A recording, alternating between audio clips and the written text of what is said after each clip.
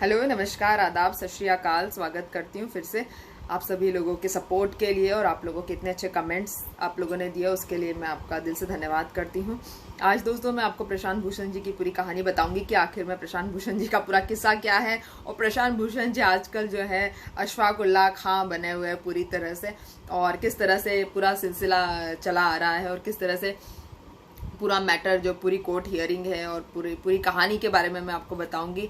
मामला बहुत इंटरेस्टिंग है और कॉन्टेक्स्ट कुछ भी समझ में नहीं आ रहा है कि एक्चुअल में ऐसा क्या हो गया है कि सुप्रीम कोर्ट इतना स्कैंडलाइज हो गया है और ये पूरा की पूरा मैटर जो है ना तो कंप्लेंट की कॉपी दी जा रही है और ना ही हियरिंग के बाद में फैसला सुनाया जा रहा है। उल्टा प्रशांत भूषण जी से कहा है कि आप थोड़ा समय ले लीजिए सोचने के लिए, you can reconsider your work, you can reconsider your actions.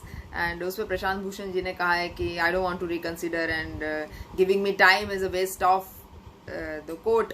और उन्होंने ये भी बोला है कि I didn't ask for any mercy और मैग्नानिमिटी। मतलब पूरी तरह से अशफाक उल्लाह खां बने हुए हैं और पता नहीं क्या पजल्स कर लिया है प्रशांत भूषण साहब ने। आपको तो पता ही है, अगर आपको नहीं पता है तो आप प्लीज एक बार गूगल पे जाके प्रशांत भूषण साहब का पता कीजिए कि कितने बड़े लॉयर है वो कोई ऐसे आलू चालू आदमी नहीं है, सड़क चलते नहीं है, और वो बहुत लर्नेड और बहुत ज़्यादा हाई प्रोफाइल लॉयर है जिन्होंने कोल स्कैम और पता नहीं दुनिया भर के उड़ीसा माइनिंग और CFRA स्कैम, पॉलिटिकल फंडिंग और भी बहुत सारे स्कैम है, मुझे अभी याद नहीं आ रहा, 2G स्पेक्ट्रम और भी SIT, पावर ऑफ CBT, बहुत सारे जो केसेस उन्होंने लड़े हैं और काफ़ी कामयाबी के साथ में उन्होंने सारे केसेस लड़े हैं।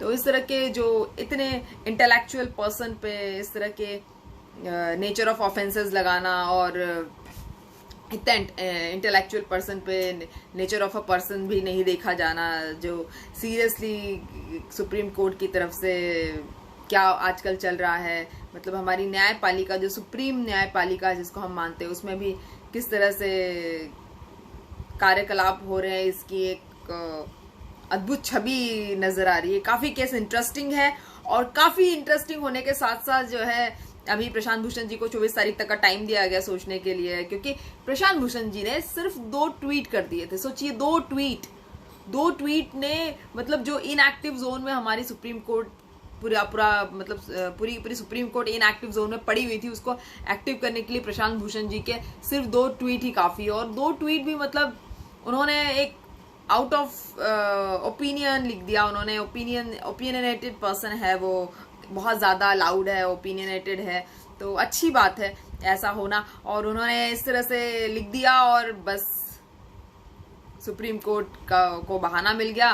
तभी की तभी सारे केस छोड़ के कोर्ट को खुलवाया गया और प्रशांत भूषण जी की जो है उनके ऊपर मुकदमा चलाया जा रहा है। और जब उनके वकील राजीव धवन जी ने बोला है कि प्लीज हमें कंप्लेंट की कॉपी तो दे दीजिए कि इन 2 ट्वीट्स पे किसने आखिर कंप्लेंट किया है, तो जस्टिस जो हमारे अरुण मिश्रा जी, हमारे जस्टिस जो है, उन्होंने कहा कोई कंप्लेंट की कॉपी नहीं मिलेगी और ये सुओ मोटो केस है और इस पे कंप्लेंट की कॉपी आप मत मांगिए, आप बस प्रोसीड करिए, कंप्लेंट की कॉपी वॉपी ना दी जाएगी। तो इस तरह से मतलब समझ में नहीं आता है कि क्या हो रहा है। जब यूपी के CM कहते हैं कि सुप्रीम कोर्ट तो हमारी जेब में है, तब तो वो कंडेम हो जाता है, लेकिन जब प्रशांत भूषण जी सिर्फ 2 ट्वीट कर देते हैं तो वो कंटेम्प्ट हो जाता है। और वो भी उसमें ये लिखा हुआ है कि हमारे जो पिछले जो 4 सुप्रीम कोर्ट के जजेस रहे हैं, वो उनके जो जजमेंट्स है वो क्वेश्चनेबल है, वो सबको पूरी दुनिया को पता है। हजारों डिबेट पड़े हुए हैं सोशल मीडिया पे, आप जाके देखेंगे तो।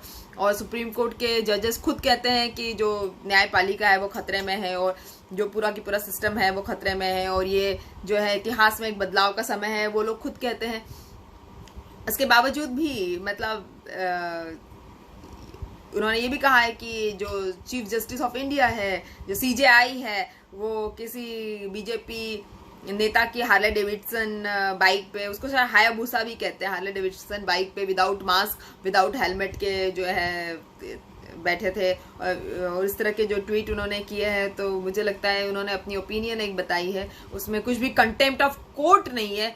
ये चीज़ तो खैर क्लियर हो रही है, लेकिन इसमें क्या कंटेम्प्ट ऑफ कोर्ट है, मेरे ख्याल से कोर्ट्स ऑफ जस्टिस कैसे प्रॉब्लम में आ रहा है, जिसे बताया जा रहा है कि कोर्ट्स ऑफ जस्टिस प्रॉब्लम में आ रहा है, तो ये समझ में नहीं आता कि कोर्ट्स ऑफ जस्टिस प्रॉब्लम में कैसे आ रहा है। तो अगर आपको समझ में आता है तो कमेंट बॉक्स में ज़रूर बताइएगा। मुझे तो समझ में नहीं आता कि कोर्ट्स ऑफ जस्टिस प्रॉब्लम में कैसे आ गया है और किस तरह से प्रशांत भूषण पर इस तरह का मुकदमा किया जा रहा है। तो ये खैर बातें समझ से बाहर है। अगर आप लोगों में से किसी को भी समझ में आती है तो मुझे भी समझाइएगा। उसके बाद में प्रशांत भूषण जी जो है वो उन्होंने बताया कि सेविंग कॉन्स्टिट्यूशनल ऑर्डर जो है should come out without personal और प्रोफेशनल इंटरेस्ट। तो ये भी एक उन्होंने बात अच्छी कही है कि मैं अपनी बात पे अड़ा हुआ हूँ, मुझे कोई सॉरी वॉरी नहीं बोलना है। और काफ़ी बार उनको कहा गया है, जस्टिस अरुण ने भी बोला और दूसरे जजेस ने भी कहा है कि आप सॉरी वॉरी मांग लो, लेकिन उन्होंने सॉरी नहीं मांगा। और हमारे यहाँ पे जो अटॉर्नी जनरल है हमारे यहाँ के, हमारे देश के, वो भी प्रशांत भूषण के साथ में नजर आए काफ़ी हद तक। उन्होंने भी जब कंप्लेंट की कॉपी मांगी तो भी उनको भी चुप करा दिया गया।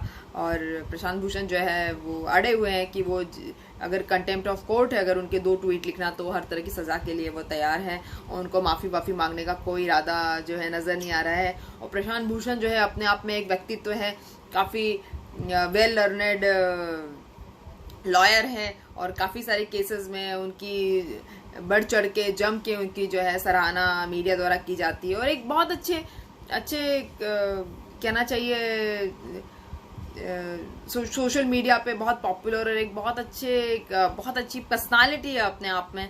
और ऐसी पर्सनालिटी का किसी जज के बारे में कुछ कहना या कोर्ट के बारे में कुछ कहना जो खुद कानून का जानकार हो, इतना स्ट्रिक्ट केस तो नहीं बनता है। और मुझे लगता है कि ऐसा बोला जाना कंटेम्प्ट ऑफ कोर्ट तो कम से कम नहीं है। लेकिन ये ऐसी क्या बात है जो इतनी बुरी लग गई, जो सुप्रीम कोर्ट के जजेस ने जो हाथ वाथ धो के इनके पीछे पड़ गए हैं।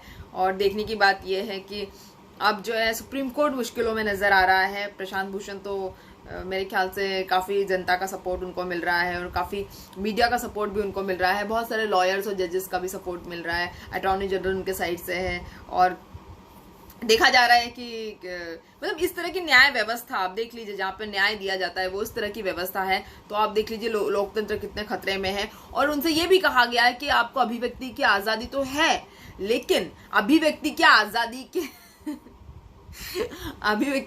के साथ साथ वहां पे लक्ष्मण रेखा है। अब आप बताइए, किसी को अभिव्यक्ति की आज़ादी के साथ साथ लक्ष्मण रेखा कहाँ से हो गई? ये तो मतलब इनडाइजेस्टिबल बात है, डाइजेस्ट नहीं कर सकते। अभिव्यक्ति की आज़ादी है तो अभिव्यक्ति है, अब किसी की अभिव्यक्ति कैसी हो सकती है, किसी की अभिव्यक्ति कैसे हो सकती है, उसमें लक्ष्मण रेखा कहाँ से आ गई? इस तरह से प्रशांत भूषण जी को समझाया गया कि अभिव्यक्ति की आज़ादी आपको है, लेकिन आपने लक्ष्मण रेखा को क्रॉस किया है। तो मुझे लगता है कि कंटेम्प्ट ऑफ कोर्ट समझ में नहीं आ रहा है इसमें बिल्कुल भी। हाँ, और जो भी उन्होंने कहा है पिछले 4 जजेस के बारे में, वो पूरी दुनिया कह रही है और सब लोग कह रहे हैं कि, और सुप्रीम कोर्ट के जजेस ने खुद कहा है कि जो हमारी न्याय प्रणाली खतरे में है। और जजेस जो है वो काफ़ी रोना रो रहे थे कि उन पे पॉलिटिकल पार्टीज का बहुत इन्फ्लुएंस चलता है। इस तरह से उन्होंने प्रेस कॉन्फ्रेंस करके बाकायदा सुप्रीम कोर्ट के जजेस ने बताया था, मैंने आपको पिछले कुछ वीडियोस में बताया हुआ है, आप जाके चेक करिएगा मेरे पिछले वीडियोस।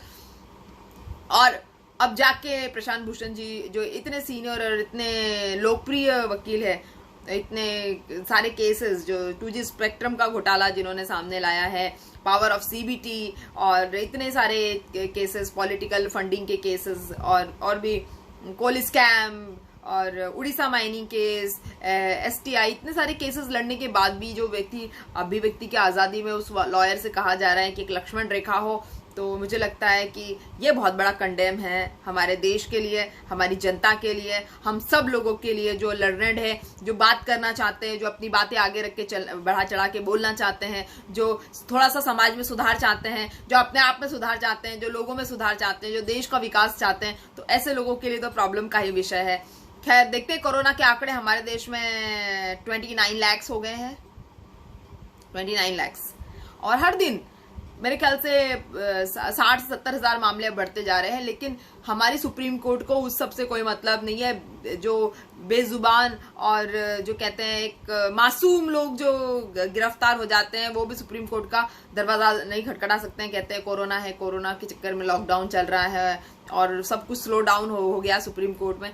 तो ऐसे केस में सुशांत सिंह राजपूत का केस सुनने के लिए सुप्रीम कोर्ट में बहुत टाइम है, लेकिन जब सुप्रीम कोर्ट प्रशांत भूषण और सुशांत सिंह के पीछे पड़ी रहेगी तो सोचिए कि फिर हमारे देश में और दूसरे केसेस का क्या होगा, हमारा आम जनता का क्या होगा, हमारे देश के विकास का क्या होगा। जो हमारे देश में इतना इन्फ्लेशन हो रहा है और जीडीपी नीचे गिर गई है, बिल्कुल -5 पे पहुंच चुकी है।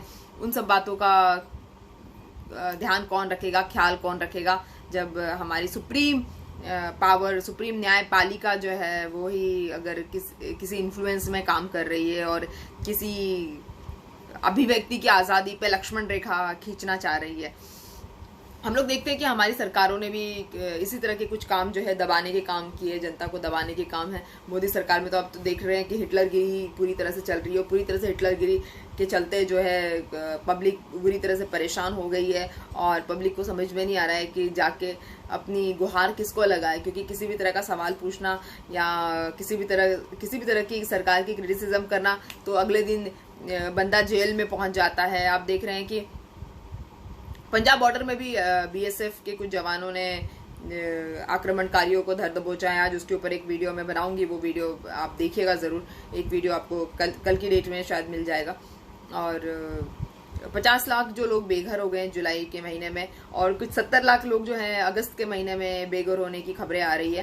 तो ऐसे में जो है सरकार जो है कंपनियां बेचने में लगी हुई है, सरकार जो है डिसइन्वेस्टमेंट करने में लगी हुई है, सरकार सिर्फ मनी मेकिंग में लगी हुई है। यही चीज़ सामने आ रही है कि सरकार को मनी मेकिंग के अलावा दूसरा कोई काम और सरकार के दूसरे कोई इरादे नजर नहीं आते हैं। और हम ये देखते हैं कि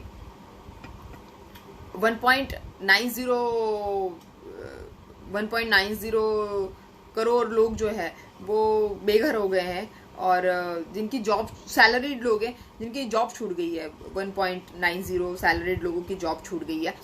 तो ऐसे में जब कोई सैलरीड बंदा है उसकी जॉब छूटेगी तो ऑब्वियसली वो खरीदारी की कैपेसिटी उसकी कम होगी, घूमने नहीं जाएगा, मूवी टिकट्स नहीं लेगा, और मतलब उसके अंदर एक परचेसिंग का कॉन्फिडेंस कम हो जाएगा। और ऐसे में मुझे नहीं लगता कि हमारे यहाँ पर इकोनॉमी इम्प्रूव कर सकती है। इतने लोग जब 50 से 70 लाख लोग जब बेघर हो रहे हैं और मेरे ख्याल से मोर देन 2 to 3 करोड़ लोगों की जॉब हर महीने जा रही है, तो आप देख सकते हैं परचेसिंग कैपेसिटी जीरो हो जाएगी। और ऐसे में मार्केट में सरकार कैश फ्लो करने के लिए तैयार नहीं है। सरकार ने सारे पैसे दबा के रख दिए हैं और इतने एक्साइज ड्यूटी बढ़ा के 12 बार एक्साइज ड्यूटी बढ़ा ली है, इतना पेट्रोल पे कमा लिया, 18 लाख करोड़ रुपए पेट्रोल डीजल पे कमा लिया है। तो ये सब पैसा कहाँ जाता है, फिर ये चीज समझ में नहीं आती है। आप देखते हैं कि पीएसयू को घाटे में दिखा के एनपीए बता दिया जाता है। पीएसयू मतलब पब्लिक सेक्टर यूनिट, जो इसमें हमारे नवरत्न और महारत्न जिसके अंदर है, जिसमें हमारा ओएनजीसी आता है, जिसमें हमारा कोल माइनिंग आता है, कोल इंडिया जिसको हम कहते हैं, हमारा पावर फाइनेंस आता है, हमारा पावर ग्रीड आता है, जिसके अंदर एचपीसीएल आता है, जिसके अंदर एनटीपीसी आता है, नेशनल थर्मल पावर कॉर्पोरेशन। उसके बाद में एचपीसीएल आता है, बीपीसीएल आता है, Bharat petroleum corporation limited, Hindustan petroleum corporation limited, NMDC आता है, नेशनल माइनिंग डेवलपमेंट कॉर्पोरेशन। उसके बाद में मतलब बहुत इंडियन ऑयल है और बहुत सारी कंपनीज है, बहुत सारी कंपनीज जिसने अरबों करोड़ रुपए, लाखों करोड़ रुपए जो है, हजारों करोड़ रुपए सरकार को कमा के दिए, लेकिन सरकार आज उसको एनपीए बनाने पे तुली हुई है। और क्यों अपने दोस्तों को और कुछ गिने चुने उद्योगपतियों को देने पे तुली हुई है, ये बात तो खैर कुछ सरकार में बैठे हुए नेता ही बता पाएंगे, क्योंकि जो भी करना है उन्हीं के हाथों में करना है। तो मैं आपको बताती हूँ कि जब इन कंपनीज को एनपीए बना दिया गया, इन कंपनीज को लॉस में बता दिया गया, उसके बावजूद भी यही वो कंपनियां हैं जो पीएम केयर फंड्स में पैसे दे रही है। आप देखेंगे ONGC oil and natural gas corporation, ONGC ने 300 करोड़ रुपए दिए। ONGC ने 300 करोड़ रुपए PM केयर फंड में दिए। उसके बाद में आप आ जाइए कोल इंडिया, 120 करोड़, कोल इंडिया ने 120 करोड़ PM केयर्स फंड में दिए। उसके बाद में आप जाएंगे NMDC ने 155 करोड़ जो है PM केयर्स फंड में दिए हैं। उसके बाद में REC, rural electrification corporation, REC ने 150 करोड़ फिर दिए हैं। HPCL ने फिर 120 करोड़ दिए हुए हैं। उसके बाद में आप आ जाइए NTPC, national thermal power corporation limited, NTPC ने फिर 250 करोड़ रुपीस दिए हुए हैं। Indian oil 250 crore, BPCL 125 crore, power grid 200 crore, power finance 200 crore. मतलब सारी कंपनियों ने जो है पैसे सरकार को दिए हुए, उसके बावजूद भी सरकार उनका निजीकरण करने में लगी, उसके बावजूद भी सरकार जो है उनको पूरी तरह से बेचने में लगी हुई है, बेच खाने में लगी हुई है। और ऐसा बताते हैं कि जो हमारी पुश्तैनी संपत्तियां है अगर वो बिकने लग जाए तो इसका मतलब है कि हमारा देश बैंकरप्सी की तरफ है। यही हमारी देश की जो 10 कंपनियां जो मैंने आपको अभी गिनाई है, या हमारी पुश्तैनी संपत्ति, अगर ये संपत्ति अब बिक जाएगी तो हम बिक गई है, ऑलमोस्ट बिक गई है और NPA घोषित हो गए हैं और सारे PSU जो है अब वो प्राइवेट हो जाएंगे और अब गिने चुने अमीरों को बिक जाएगी और बहुत सस्ते में, मतलब कौड़ियों के दाम इन अमीरों को ये कंपनियां चली जाएगी। और कैसे जाएगी, मतलब उसके बाद ही प्रॉफिट कमाना शुरू कर देगी, मगर क्योंकि अभी सरकार के हाथ में है तो प्रॉफिट नहीं हो रहा है। आप समझ सकते हैं कि ये किस तरह से लॉस दिखाने की स्ट्रैटेजीज जो है सरकार के पास में है। ONGC जैसी कंपनी जो है, national oil and gas corporation, तो इस तरह की कंपनी को जो 300 crore 350 crore PM care funds में दे सकती है, किसी भी आपदा के समय 200 करोड़ दे सकती है, ऐसी कंपनी को मैं बहुत सारे लोगों से मिल चुकी हूँ, इन कंपनीज के काफ़ी सारे CEO से मिल चुकी हूँ। कहीं भी लॉस की गुंजाइश नहीं है, कंपनी अच्छी खासी चल रही है, अच्छा खासा प्रॉफिट चल रहा है, सब कुछ सही चल रहा है, ठीक ठाक चल रहा है। उसके बावजूद भी पता नहीं क्यों सरकार को ये NPA नज़र आते हैं। NPA का फुल फॉर्म है नॉन परफॉर्मिंग असेट। तो कंपनी को ये, सरकार को ये कंपनीज जो है नॉन परफॉर्मिंग असेट कहाँ से नज़र आती है, तो उसका तो सरकारी ब्यौरा दे सकती है। लेकिन इस तरह से अगर हमारी देश की हमारी संपत्ति जो बिक जाएगी तो हम समझ लो रोड पर ही आ जाएंगे, क्योंकि हमारी पुश्तैनी संपत्ति है और उसी पे विश्वास करके जो है हमारा देश आगे बढ़ा था। उन्हीं संपत्तियों ने जो है देश को कमा कर दिया था, सरकार को कमा कर दिया था। लेकिन अब सरकार शायद खुद ही अपने कमाई के दरवाजे बंद कर रही है और सारा जो पैसा है वो जनता से वसूल किया जा रहा है। हम ही MRP ज़्यादा देंगे प्रोडक्ट्स पे, हम ही ज़्यादा से ज़्यादा टैक्स देंगे, हम ही हर तरह की परेशानियां उठाएंगे, हम ही क्यू में लगेंगे, हम ही हॉस्पिटल को 10-10 लाख का बिल भरेंगे, हम ही जो है अपनी इम्यूनिटी पावर्स बढ़ाने के लिए 600 800 की जो है इम्यूनिटी बूस्टर्स खाएंगे। और मतलब 200 का इम्यूनिटी बूस्टर जो है 800 का हो गया है, 200 का जो विटामिन C है वो आप देखिए 600-800 का हो गया है। तो इस तरह से दवाइयाँ भी हम ढंग से खा नहीं पा रहे हैं जो हमको कोरोना से बचा सकती है। और सरकार जो है टोटल अभी तक ऐसा बताया जा रहा है कि सरकार ने कुल मिला के 2150 करोड़ रुपए 2150 करोड़ रुपए जो है सरकार ने इन कंपनियों से लिए हुए हैं और इन कंपनियों ने PM केयर फंड्स में दिए हुए हैं। और जो कंपनियां इतना पैसा PM केयर फंड में दे सकती है, मेरे ख्याल से वो प्रॉफिट ही कमा रही है। और इनसे ये जो फंड्स है सारे वो कंपनी सोशल रिस्पॉन्सिबिलिटीज के चलते लिए गए हैं। कंपनी सोशल रिस्पॉन्सिबिलिटीज में इन कंपनीज को, इन कॉर्पोरेट्स को जो है सोसाइटी का भी ध्यान रखना पड़ता है। इन कॉर्पोरेट्स को जो है सोसाइटी में आने वाली आपदा का भी ध्यान रखना पड़ता है। और इस तरह से इन कंपनी को पूरा स्ट्रक्चराइज किया जाता है जिससे कंपनी जो है मैक्सिमम से मैक्सिमम प्रॉफिट कमाती है और सोशल रिस्पॉन्सिबिलिटीज़ भी निभाती है। और क्योंकि इस तरह की कंपनीज जो सोशल रिस्पॉन्सिबिलिटीज़ इतने अच्छे से निभा रही है, उनको घाटे में दिखाकर और उनको बेच खाना, ये सरकार की बदनीयती है।